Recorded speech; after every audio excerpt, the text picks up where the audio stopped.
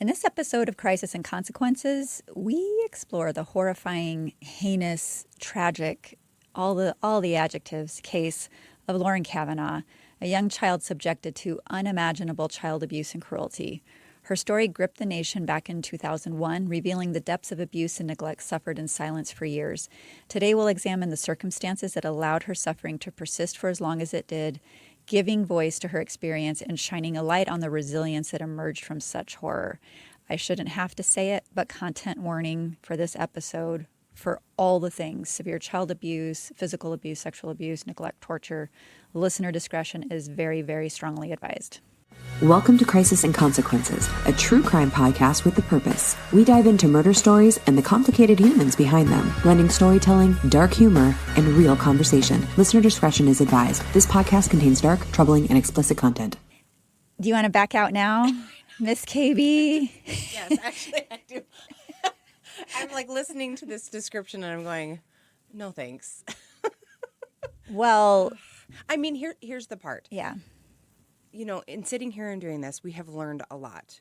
You more so, I think, because of the intense research that you have to do to put these stories together. I know I've said it before, I am so thankful that I don't have to do that. So thank you for taking that on. However, we do learn things, you know, as we go through these stories, what not to do, how awful and wicked people are sometimes. And I don't know, hopefully we can be better for it. I think this story, you'll find, is a really good example of how hurt people hurt other people. You've heard that saying, I'm sure. And I wish for the people who have been hurt in their childhood, in their lives, like could all just hit pause for a moment, recognize that, you know, you may not have abused or harmed another human being, but if you've had that tendency, get help immediately, because we can break these cycles.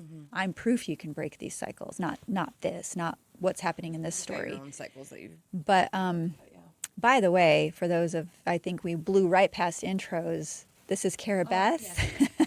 I'm Charity. Thanks for joining us today.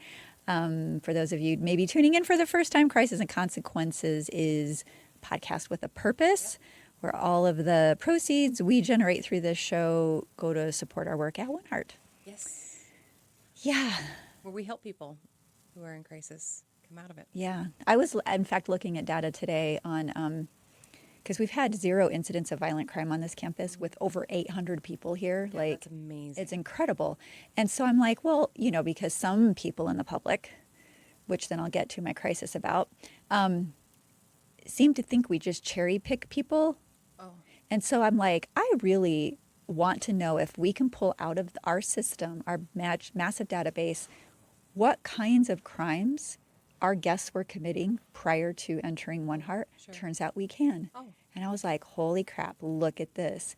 And 0 incidents of violent crime here.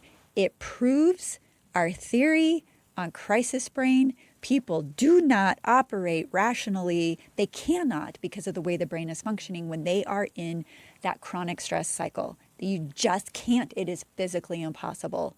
And so now, you know, we disrupt that chronic stress cycle. Their basic needs are met, you know, they're supported, they're held accountable, and it's like all of a sudden they flourish. It's not, I always call it magical, but it's not really magic. It's just common sense. So anyway, I'll get off my One Heart soapbox. I've had to be on that soapbox a little.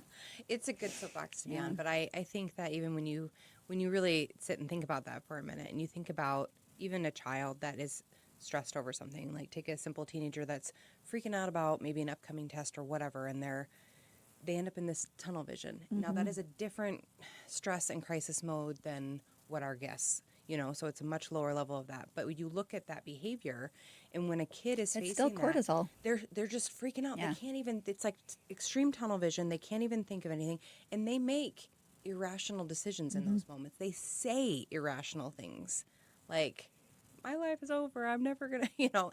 And so we see it then, and even in those simple moments. And so imagine that intensified through different types of other crises that people face. Right. Well, my crisis for this episode is this middle finger. Oh, No, I have not where'd been. your fingernails go? Right? I will get to that. So my fingernails went in the garbage I'd have these press-ons for a while because this one is perpetually growing split. Okay. And so like at night I would snag it on things and it just would not, no matter, like it'd grow and I'd cut it and file it down and think, okay, I don't feel a snag. It's not going to snag. And it would snag. And I'm like, what's happening? So I had to cover these stupid things up. And so I've had these, no glue, like adhesive press-ons for a while that are hell to get off, by the way. Yeah. I mean, highly recommend if you want nails that aren't going to fall off, but good Lord. So yesterday I'm just like, I'm kind of getting, because I'm wearing them down. Oh, sure. And so I'm like, oh, I've got to reset these. And I had a whole new set I was going to put on. And I think I'm allergic to the adhesive. Oh. So you can't see it in the dark here, but this pinky, can you see that big red spot? Yeah. Under my nail? Yeah. I think I'm allergic to it, just like I'm allergic to gel polish. Yeah. My fingernails will start peeling away from my fingers. It's the grossest thing of all time. So I decided to go natural, and guess what?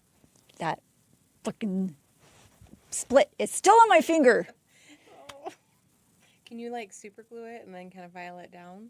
It's so gross. Anyway, so that's why my nails are short. Well, they still look nice. And my fingertips are so sensitive. And they're not that short. They're probably the same length as mine, but. They're short for me, though. Yeah. I mean, seriously, my fingertips are just sensitive. They're like, oh, and I'm exposed and naked. It's really awful. Anyway, are you escaping any crises at the moment? I was telling Kelly on my way in here. It's kind of a funny crisis. Yesterday, I put on a pair of jeans last night before I was headed off to youth group. And I was like, okay, well, I'm going to put these on. And I thought, well, I'm feeling a little bit, thinner, whatever. Yeah. I don't know. Anyway, so I'm like, I'm going to try these jeans on, knowing that they're usually tight. Put them on, and I was like, oh, they're not bad, Yay me. So Do the walk. So I go, do. So I go to youth group to church to do all the things. And it's all sitting.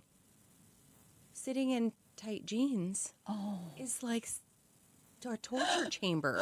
Yeah. For 2-3 hours. Yeah. So today I'm still feeling like, my whole entire stomach area. I was just like, geez, Louise, what did I do? Yeah. You cause havoc, I think. It is a torture chamber. On your internal organs when you're absolutely. having to. Think about the corset days. Yeah. And I'm like, I should probably. A lot of jeans have like stretchy material. Good for cleavage, bad for everything else. Well, probably good for your spinal alignment, but I don't know. Well, let me tell you, I am happy to be out of those. Yeah. Hence loose pants today. But okay. Fair. It's my crisis. Fair.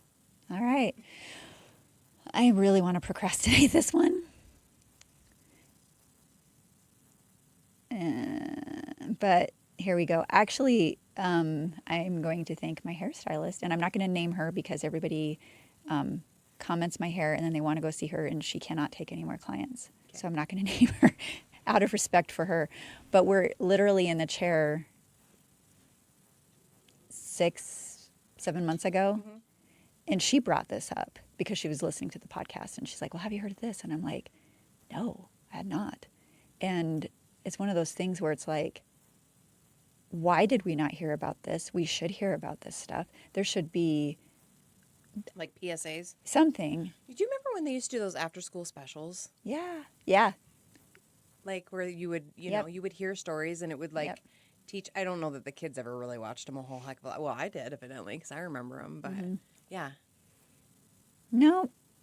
Probably because no one wants to talk like, about don't this talk stuff. Strangers type of after school But again, specials. this one is really an interesting. I guess the big things to watch out for in this story are,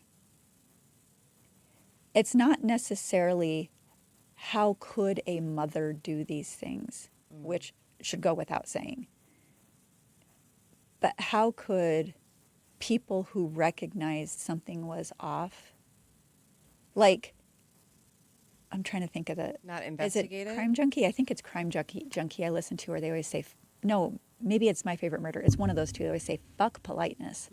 Because that's what we do, especially here in the Midwest. We're so, like, we don't want to say anything. I mean, just look at my personal life lately, what some people are doing to me in public. And just sit there like, good, take the high road. No, I really want to throat punch people. Well, if you but were I'm in New not gonna York, do you that. could throat punch people. Well, I might have to move to New York because or just the Upper East Coast. I in do have a general. hell of a throat punch, as people from my younger days would be able to attest to. Okay, so I'm going to behave now.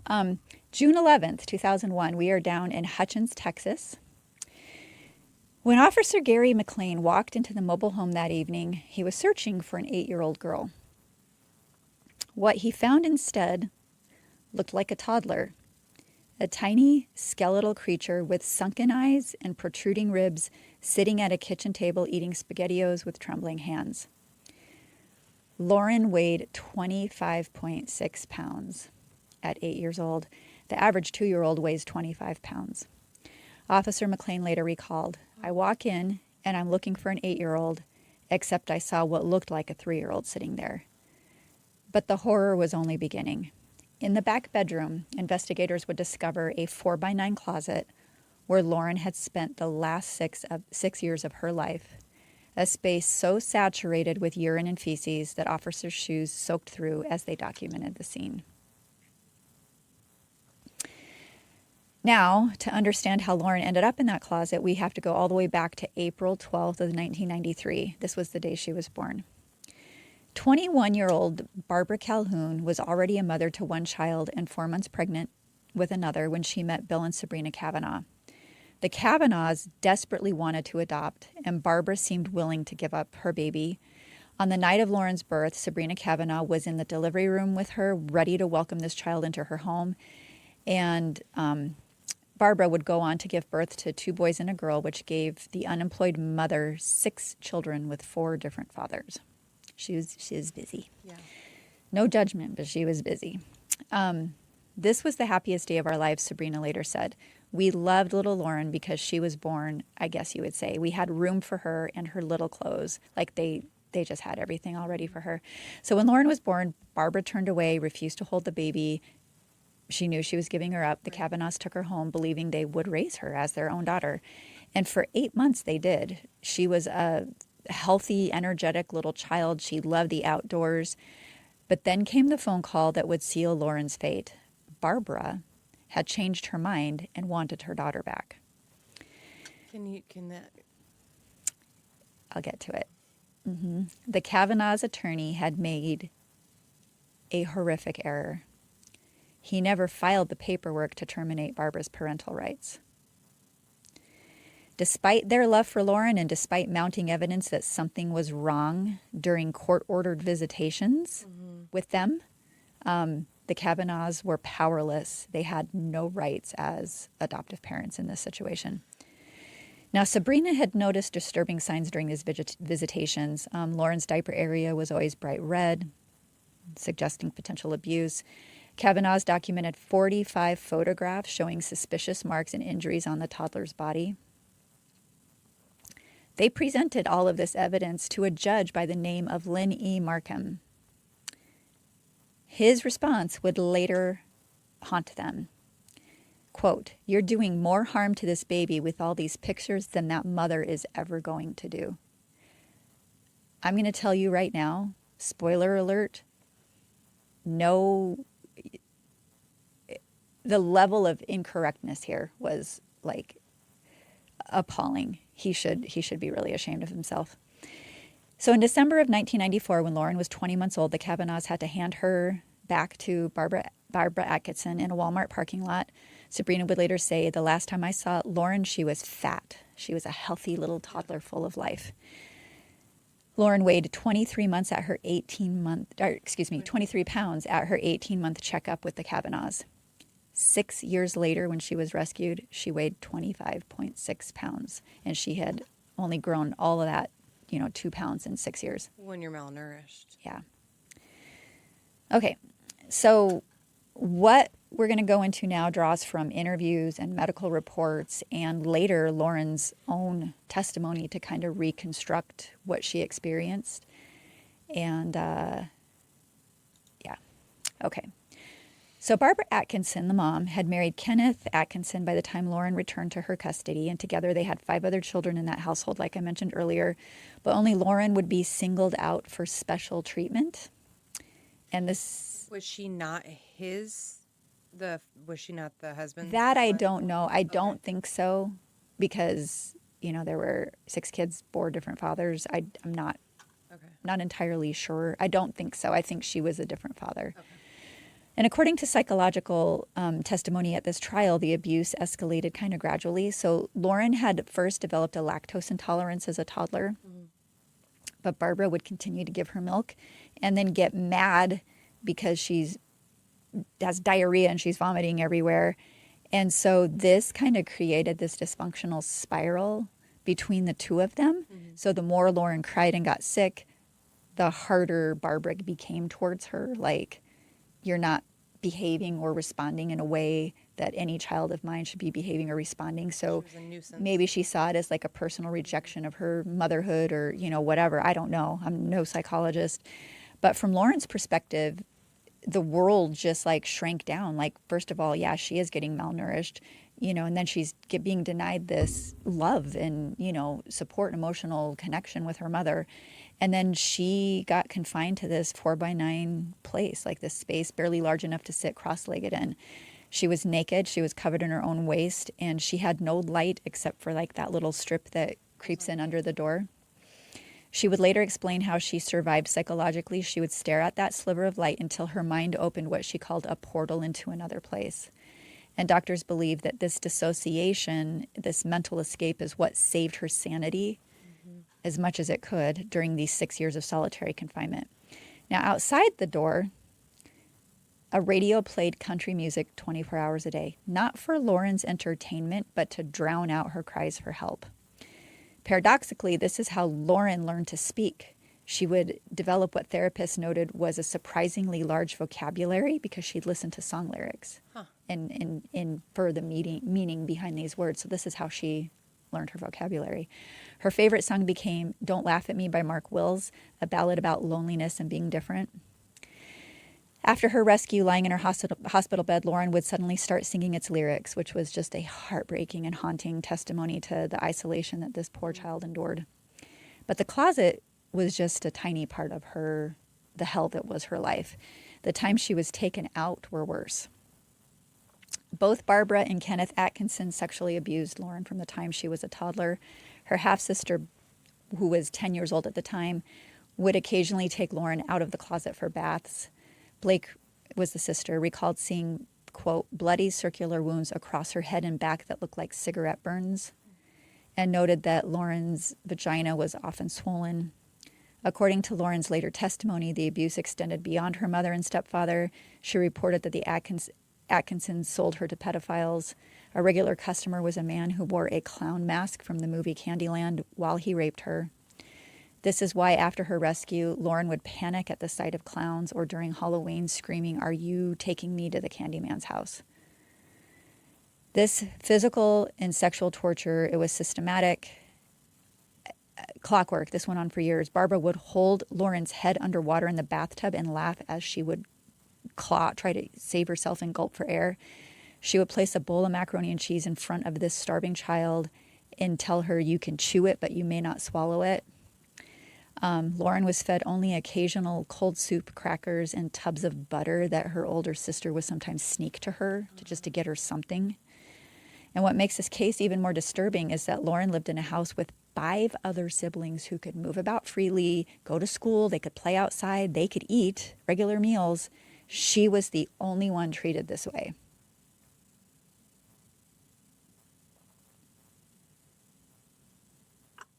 I am just, I don't even know where to start. I'm just like speechless. Like I'm. Yep.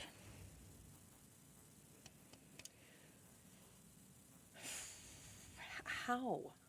I don't know those how. kids, like even, oh God. How do you? Oh. I think in the kids' case, it was they knew something was going on. Mm-hmm. Did they know the extent of it? Most likely not. I mean, it's a different kind of trauma themselves of like, if I speak out, if I disclose to a trusted adult, maybe a teacher or someone at school, Is this going to happen to me too? Yes. Like, Well, they're just kids. Kids don't know how to you handle know, this kind of kids stuff. aren't meant, So I yeah. completely. But at the same hand, it's like, I mean, and this happens all the time. I mean, when people, especially parents, my goodness, but like abuse these children, these innocent children, it's like they're not human. They're just things. Mm-hmm. I've been, like told you, I've been pulling a lot of data lately and looking at our statistics here. I won't go into any stories because we still have guests on campus that these stories are relevant to. But the stats are very high. The amount of sexual abuse in childhood is uncomfortably high. Mm-hmm. And that changes how you interact with the world. Mm-hmm. There's no question about it. Okay, so she's the only kid treated this way. Barbara later admitted to Child Protection Services, "I never loved Lauren. I never wanted her. When my other children suffer, I suffer as well, but I felt nothing when Lauren was in pain." Why the heck in the world did she have her back then? Right.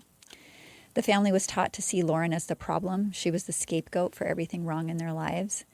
And psychologists at trial testified that Barbara Atkinson suffered from borderline personality disorder, which contributed to this warped reality in which Lauren was that scapegoat. She became like, this is why we're living in these circumstances or whatever, which she's a child. She's not the reason you're living, you know. No, she's not controlling your behavior. It's quite the opposite. So scapegoating is a well-documented psychological phenomenon in dysfunctional families. Know it well. Research shows that parents with personality disorders, particularly BPD and narcissistic personality disorder, are far more likely to scapegoat a child than mentally healthy parents. I mean, obviously that tracks. In scapegoating, it seems like pretty prevalent that one child will become that repository for everything negative in that like family's ecosystem. The child is blamed, they're shamed, they're abused, while the other children may be elevated to that golden child status. And the entire family system like participates in this dynamic in a way, in their own way, with everyone displacing their frustrations onto this scapegoat.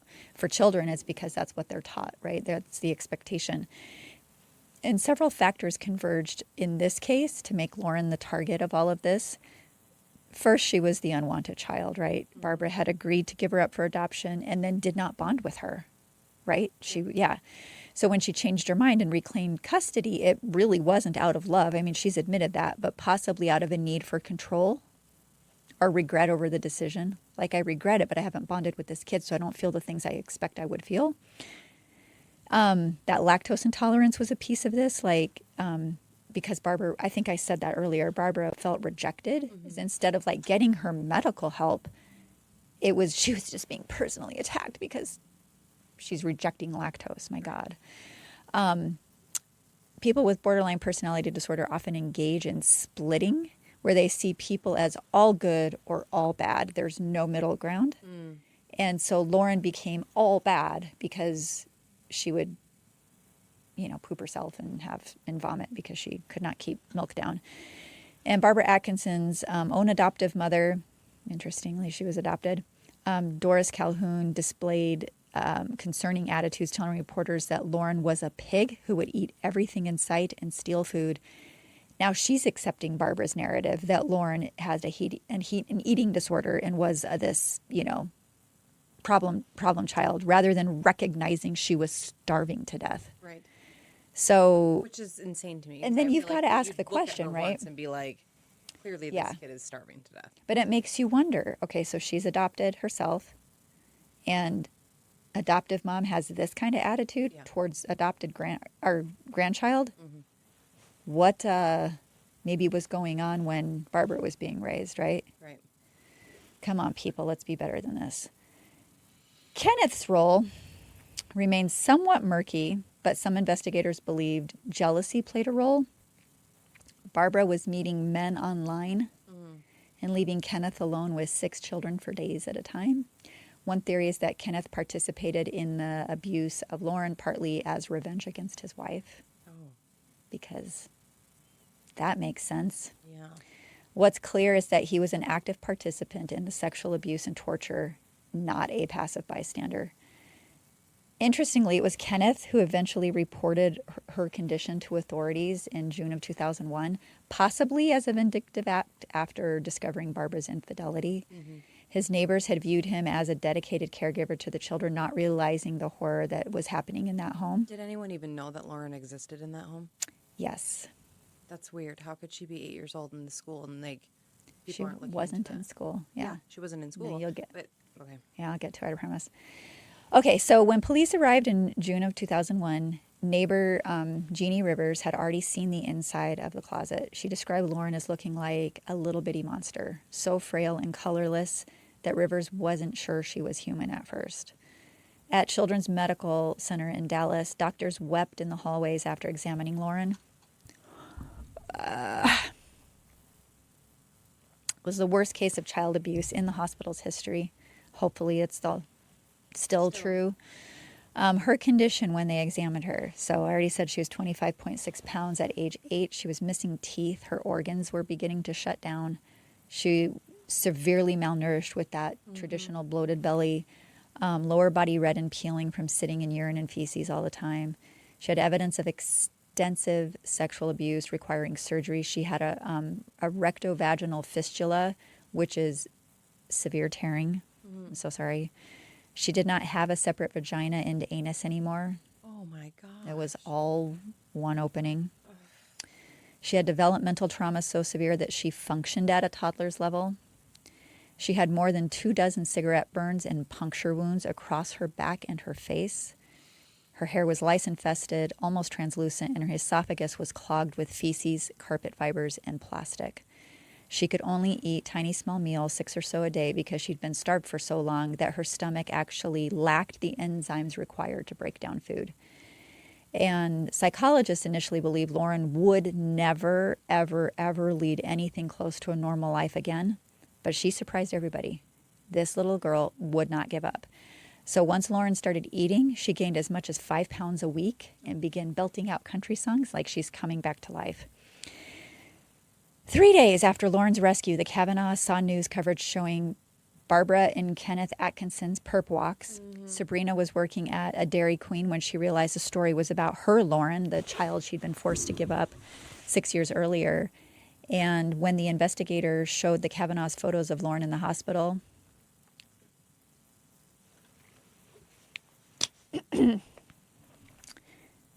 Bill looked at this child and said, "She's just as beautiful as the first day I saw her."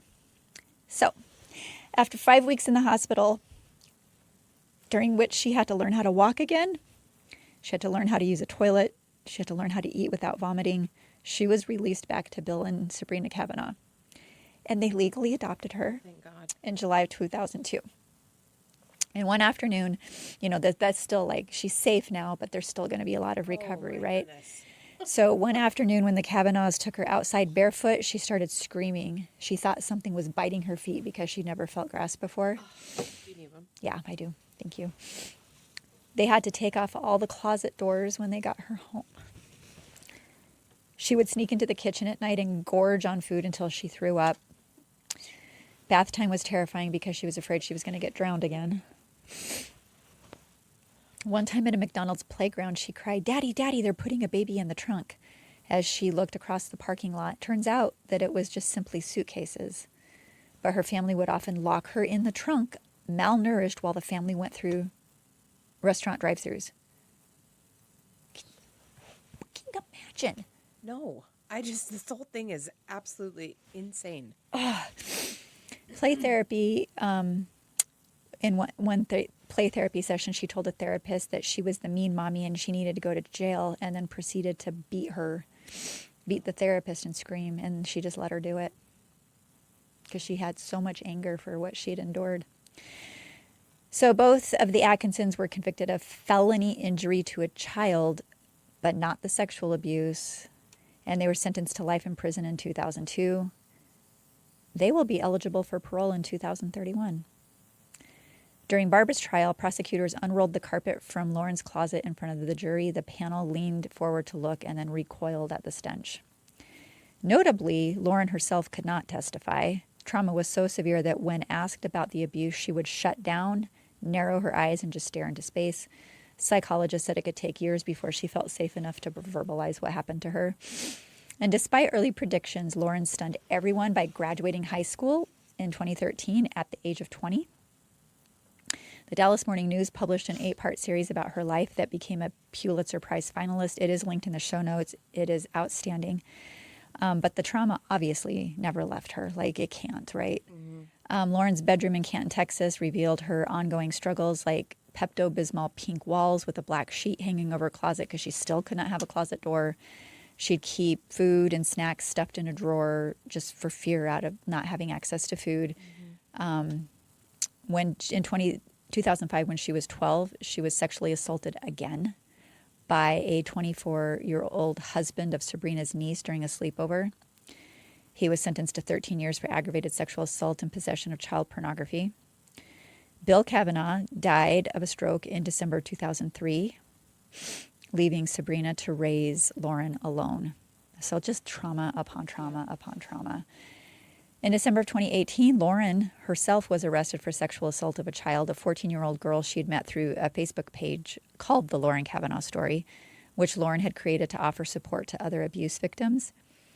Police Captain Jesse Hunter commented, "She knows how it feels to be a victim. She knows how it feels to be abused. So for her to reverse the roles and become the suspect like this is not surprising.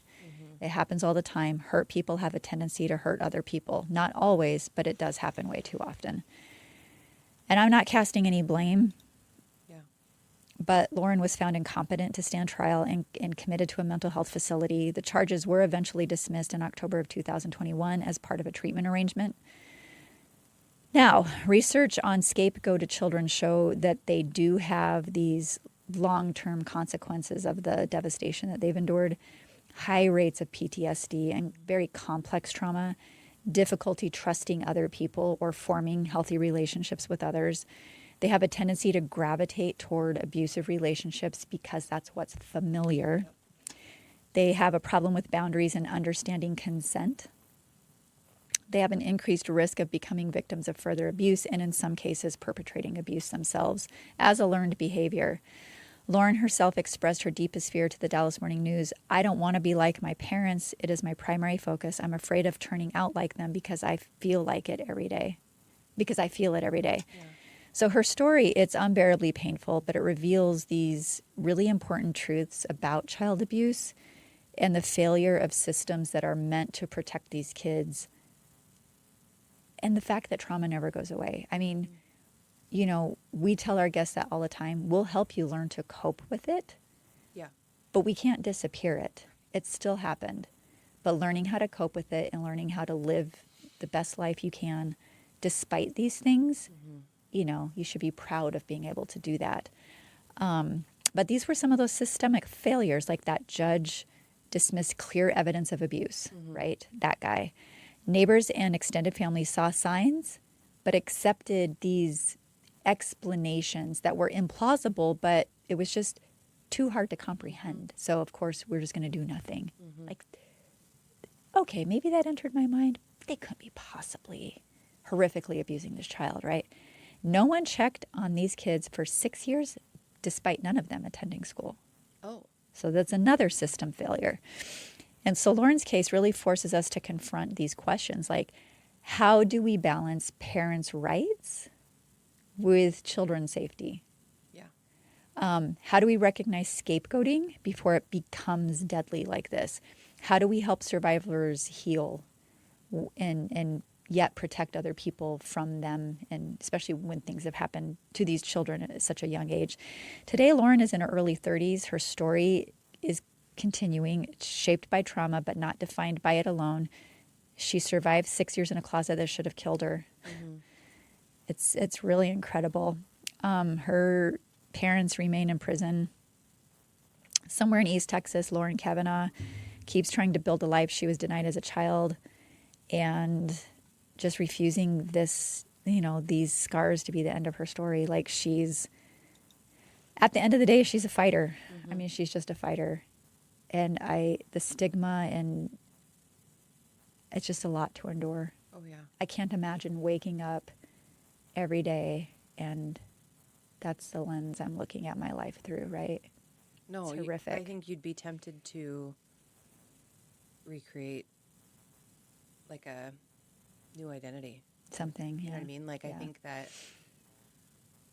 you wouldn't want to be known as that anymore. Like, No. you would have a need to recreate something. I mean, even though, yes, in your own mind that you're always going to know that that's you, that that's something that happened to you, but Yeah. I don't know. And I mean, I don't know, obviously I don't have her access to her case notes or anything like that, but I think psychologists or whoever she's working with in these types of cases, you'd think they would prepare them for, hey, there may be a time in your future when you have a tendency to think these things or these impulses. Here's why it's important not to act on those. Here's why it's important to call us instead. Yeah. Like we do that with our guests here at One Heart, like especially those who are on sobriety journeys. If you're feeling at all tempted, reach out to our care coordinators or life safety, somebody. We will throw you a lifeline. Don't try to do it on your own because you can't. Yeah. Well, it's like the AA sponsors, right? Exactly. It's kind Yeah. of that same concept. Yeah. When you don't go it alone and you reach out for help, that help will Absolutely. give you that relief. that you Absolutely. need. Are you ready to re-enter the workforce or find a career that actually fits? Or maybe you're an employer tired of noisy platforms that miss the mark? Try Focus, a smarter hiring tool that helps you cut through the noise and focus on what matters. Visit focus.work today. That's FOQUS.WORK. So that is how I spent one whole day getting my hair colored, was diving down the rabbit hole of this story. So I would have been a mess. I wouldn't have been able to sit still. it was rough. It was rough because she's like, have you heard of this? And then of course I pull it up on my phone and I'm like, oh, this is awful. Terrible. It's awful. Anytime. And even that far removed, it's just so, there's some stories that there's no time. Like I know sometimes we talk about like When it's time long time creates ago. distance, Yeah.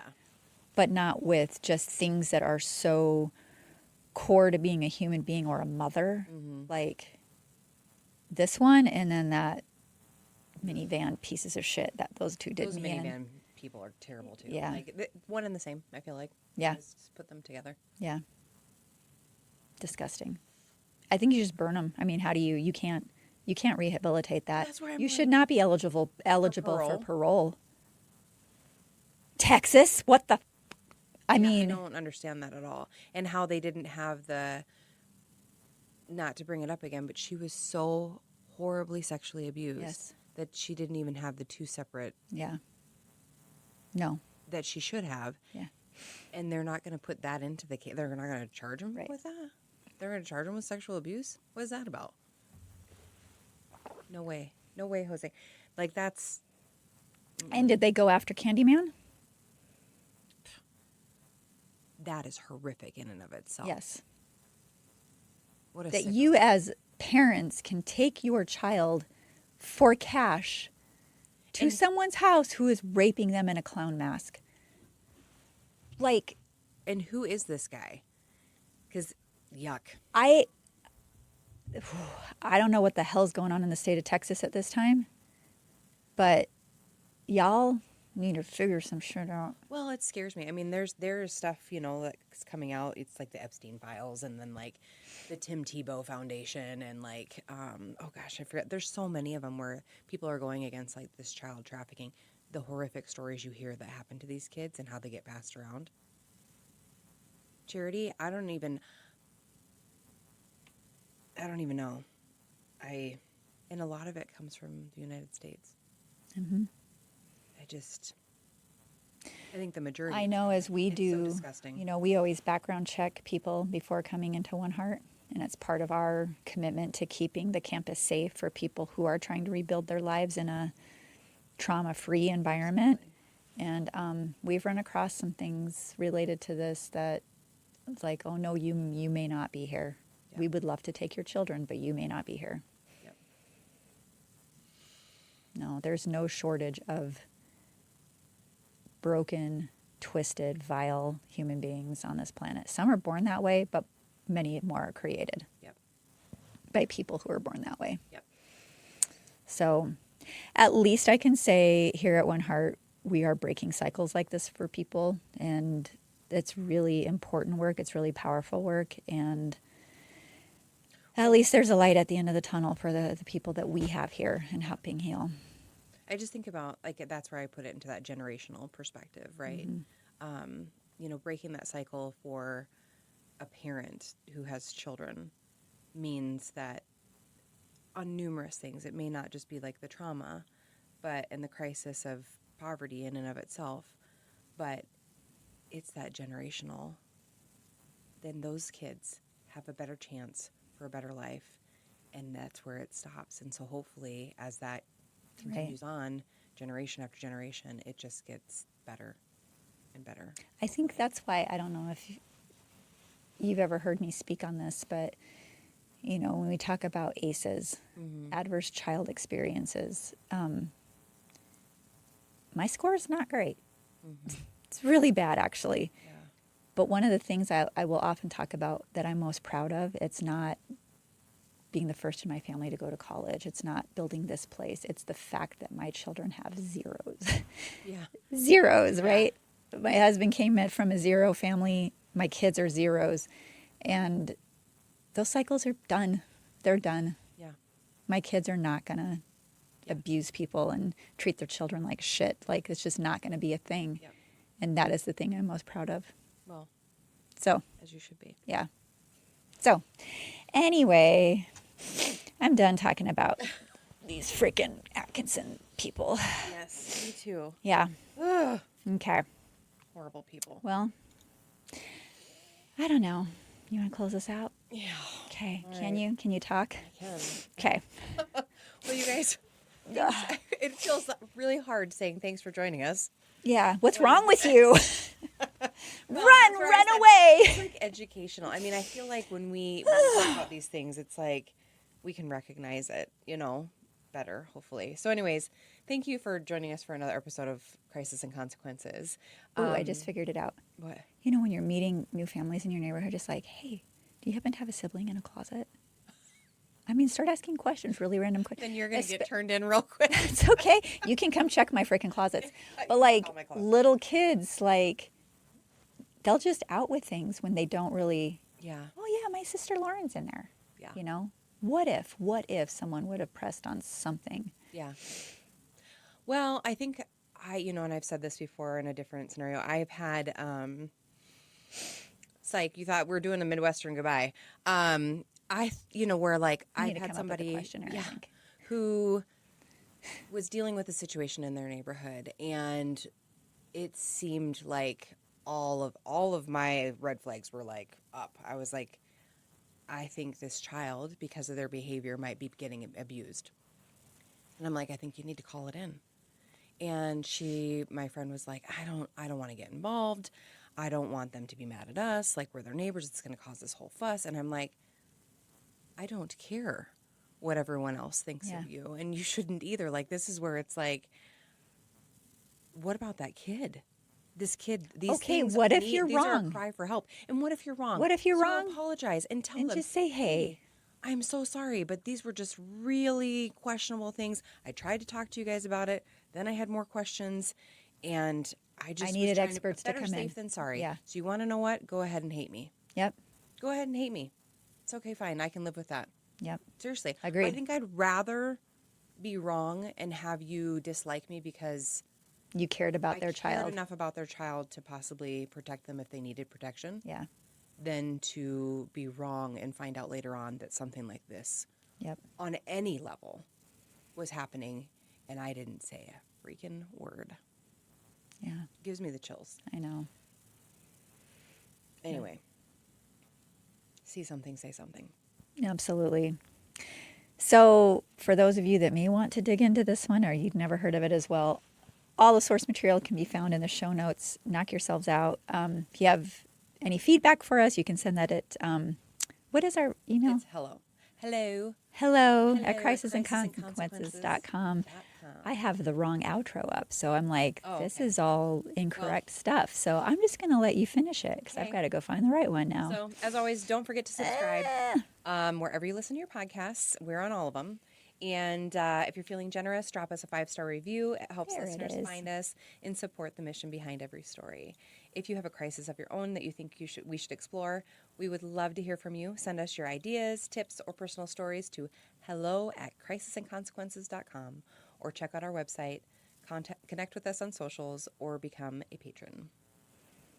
So until next time, remember, keep it real, keep it messy, and keep coming back for more. And if you can't avoid the chaos, my glasses are like blurry from Daddy, everything. daddy. Back it up. At least make it a good story. So stay out of trouble or don't. Either way, just tell us Just about tell it. us about it. We'd love to hear from you. Thanks, everybody. Bye.